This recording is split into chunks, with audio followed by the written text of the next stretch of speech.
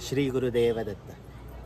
आज हातुर्लीच्या या मठात पूज्य सद्गुरू पद्मनाभाचार्य स्वामी महाराजांचा पुण्यतिथी महोत्सव आपण सगळेजण साजरा करीत आहोत।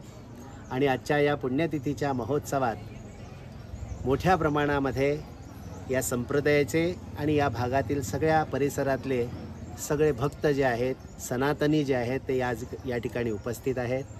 आणि सकाळच्या सत्रामध्ये धार्मिक विधी, ज्याला विश्वशांती यज्ञ म्हणतात, तो संपन्न झालेला आहे। आणि विशेष करून हा यज्ञ जो आहे तो महिला पुरोहितांकडून संपन्न झालेला आहे। संप्रदायाचं एक ते मुख्य पाऊल आहे की आमच्या वेदविदुषी किंवा महिला पुरोहित घरोघरी तयार करणे, ज्या माध्यमातून आपण सगळेजण आपल्या धर्माचं संरक्षण जे आहे ते घराघरातून करू शकतो। आणि त्यासाठी आजचा हा जो यज्ञ आहे हा महिला पुरोहितांनी संपन्न केला। त्या महिला पुरोहितांना खूप खूप त्यांचं अभिनंदन। त्यांनी असंच गोमंतकाचं नाव उज्ज्वल करावं धार्मिक क्षेत्रात। त्याचबरोबर आता या ठिकाणी पद्मनाभाचार्य स्वामी महाराजांची पुण्यतिथी पूर्ण दिवसभर चालणारी आहे। पद्मनाभ स्वामींचा उपदेश हा होता की कोणी व्यसनाधीन होऊ नये, कसल्याच प्रकारचं व्यसन कोणी करू नये, कसल्याच प्रकारच्या भोंदू बुवा बाबा यांच्या नादी लागू नये, कसल्याच प्रकारच्या अंधश्रद्धांमध्ये पडू नये। आपल्याला सर्वश्रेष्ठ असा आपला जो धर्म आहे तो समजून घ्यावा, शिकून घ्यावा। ही जी सगळी शास्त्र आहेत ती समजून घ्यावी आणि त्यानुरूप आपण आपलं जगणं ठेवावं, वेदाधिष्ठित आपलं जगणं ठेवावं। अशा प्रकारचा संदेश, अशा प्रकारचा उपदेश हा पद्मनाभाचार्य स्वामी महाराजांनी उभ्या आयुष्यात आपल्या सर्वांना दिला। किंबहुना त्यांनी या सगळ्या समाजाचा विचार बारकाईने केला। शंकराचार्यांची गादीसुद्धा त्यांना चालून आली होती, परंतु सामान्यातल्या सामान्य जनतेपर्यंत त्यांना पोचायचं होतं, म्हणून त्यांनी नकार दिला आणि सगळ्या सामान्य लोकांसाठी काम करण्यासाठी त्यांनी हे व्रत धारण केलं। आणि मुंबईमध्ये हा संप्रदाय जो आहे तो त्यांनी सुरू केला। सांगण्याचं तात्पर्य एवढं की आज सामान्यातल्या सामान्य जनतेचा जो आज इकडे सहभाग दिसतो त्याचं कारण स्वामीजींनी पाहिलेलं स्वप्न आहे। हा समाज सदैव पद्मनाभाचार्य स्वामी महाराजांच्या ऋणात असेल, कारण त्यांनी केलं म्हणून आज आमचे संसार जे आहे ते मोठे झाले, उभे राहिले आणि माणसं निर्व्यसनीच झाली नाही।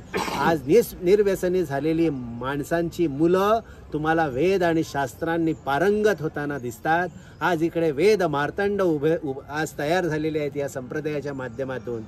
याला मी चमत्कार मानतो। ही जी भरारी आहे ही माझ्या गोमंतकामध्ये होते, याबद्दल मला अधिक आदर वाटतो।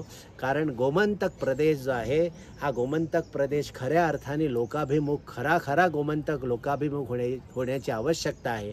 आमचं धार्मिक रूप जे आहे ते जगाला दिसण्याची गरज आहे। आमचं आध्यात्मिक रूप गोव्याचं जगाला दिसण्याची गरज आहे। आज लोक समुद्र मौजमध्ये ह्या सगळ्यासाठी येतातच, पण समुद्र हा नारायण आहे, समुद्र हा देव आहे, समुद्र हा रत्नाकर आहे, हेही कधीतरी आम्ही सांगण्याची गरज आहे। म्हणून पद्मनाभ स्वामींचा हा जो संप्रदाय आहे हा संप्रदाय गोमंतकामध्ये मोठ्या प्रमाणामध्ये मोठा झालेला आपण सगळेजण पाहतो आहोत। आणि आज पुण्यतिथी महोत्सवाच्या निमित्ताने संध्याकाळी पालखीचा कार्यक्रम होणार आहे।